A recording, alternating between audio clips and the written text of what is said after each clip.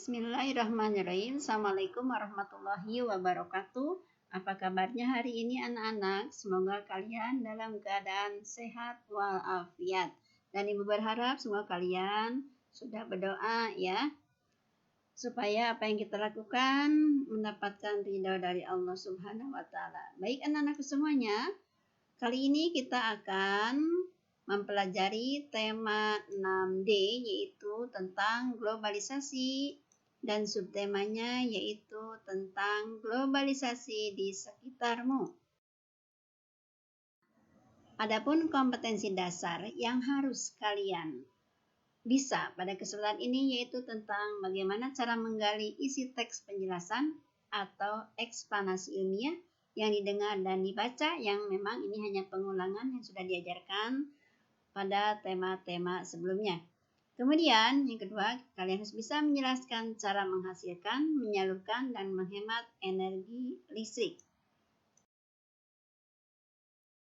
Nah, kemudian tujuan pembelajarannya adalah kalian harus bisa menjelaskan isi teks eksplanasi tentang globalisasi, menentukan paragraf yang termasuk penjelasan umum, sebab akibat atau isi dan pendapat dalam teks eksplanasi. Kemudian menuliskan contoh alat elektronik di rumah, asal negara, pembuat, dan fungsi.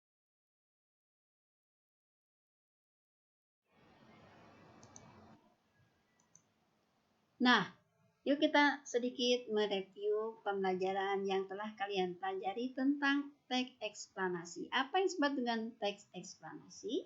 Ya benar, teks eksplanasi adalah teks yang berisi tentang proses bagaimana dan mengapa mengenai suatu topik yang berhubungan dengan fenomena alam, sosial, ilmu pengetahuan, dan budaya yang terjadi dalam kehidupan sehari-hari.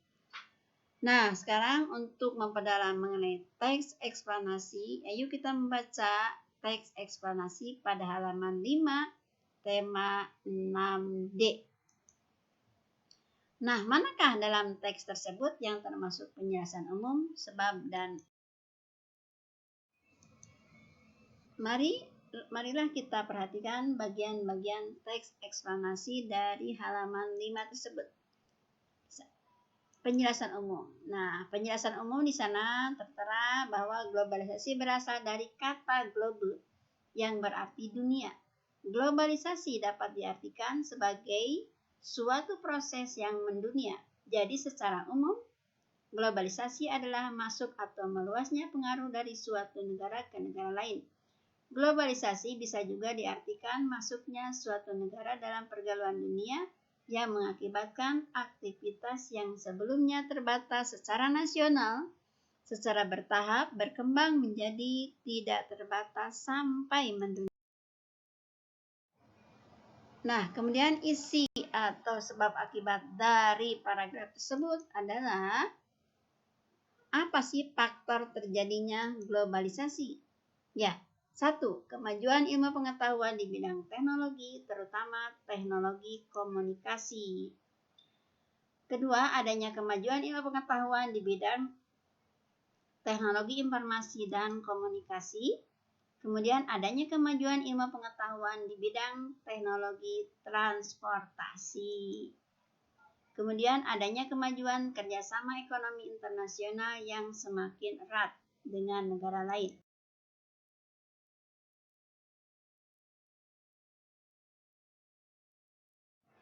Nah, sekarang dalam teks tersebut ada dampak positif globalisasi. Adakah dampak positif globalisasi? Ya, ada tentunya. Jadi, dampak positif globalisasi adalah satu, pola hidup yang serba cepat, cepat. Kemudian pesatnya perkembangan teknologi informasi dan komunikasi. Kemudian meningkatkan pemanfaatan sumber daya alam. Dan selain dampak positif globalisasi, ada dampak negatif globalisasi. Apa saja sih dampak negatif globalisasi? Ya, bagus.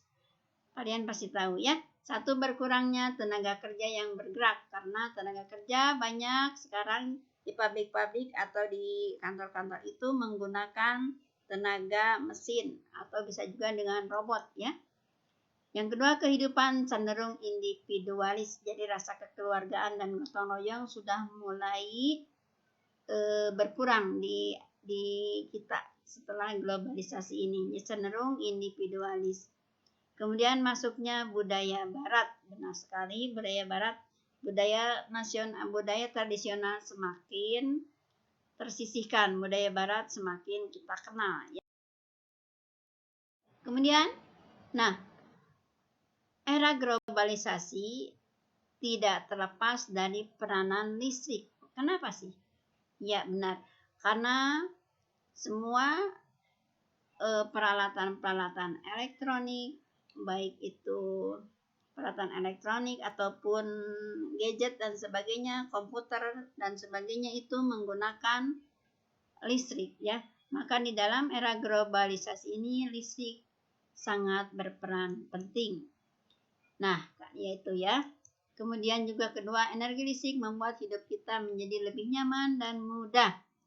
Kemudian energi listrik dapat diubah menjadi berbagai macam bentuk energi dengan menggunakan berbagai peralatan elektronik.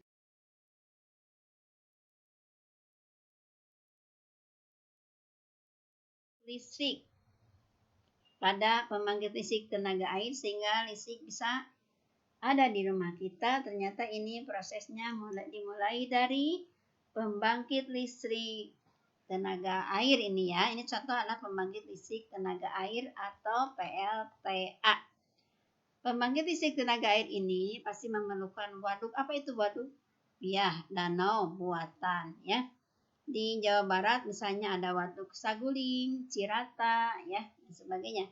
Nah, di sini waduk ini kemudian ada bendungan ya. Apa isi peranan bendungan ini? Ya, bendungan berfungsi menampung air dalam jumlah besar agar tenaga yang dihasilkan juga besar. Selain itu, bendungan juga memiliki berbagai fungsi lainnya seperti untuk perikanan dan untuk mencegah banjir itu ya. Kemudian di sini ada turbin ya. Ini turbin. Apa fungsi turbin? Ya, turbin adalah roda besar yang berputar cepat. Turbin berfungsi mengubah aliran air menjadi energi gerak. Air yang jatuh akan mendorong baling-baling sehingga menyebabkan turbin berputar. Turbin ini akan dihubungkan ke generator. Maka generator ini dihubungkan dengan turbin melalui gigi-gigi putar sehingga ketika baling-baling turbin berputar, maka generator juga ikut berputar. Generator selanjutnya mengubah energi gerak air dari turbin menjadi energi listrik. Kemudian dari listrik ini disalurkan ke jalur transmisi. Nah, perhatikan sekarang listrik sampai inilah jalur transmisi ya. Ini jalur transmisinya nih anak-anak ya. Ini tadi kan pembangkit listrik, kemudian ini listrik disalurkan ya. Ini yang suka kalian lihat ya, kabel-kabel seperti ini ada saluran transmisi atau SUTET, saluran udara tegangan ekstra tinggi. Di sini listriknya besar sekali tegangannya yaitu 500 kV. Kemudian dari SUTET ini ke SUT atau saluran udara tegangan tinggi. Jadi 150 kV. Kemudian di sini disalurkan ke distribusi ya, ke saluran distribusi yang mulai. Nah, ini ada SUTM ya. Saluran udara tegangan minimal. Ini sudah tegangannya sudah kecil. Jadi sekitar 300 kV. Baru dari distribusi inilah didistribusikan ke rumah-rumah kita ya, itu anak-anak. Nah, sekarang di rumah kita energi listrik bisa dirubah menjadi energi gerak. Ini dengan adanya apa ini, alat apa nih? Ya, bagus kipas angin ya. Dengan energi listrik diubah menjadi energi panas, ini magicom ya. Energi listrik diubah menjadi energi cahaya atau ini infrakus ya.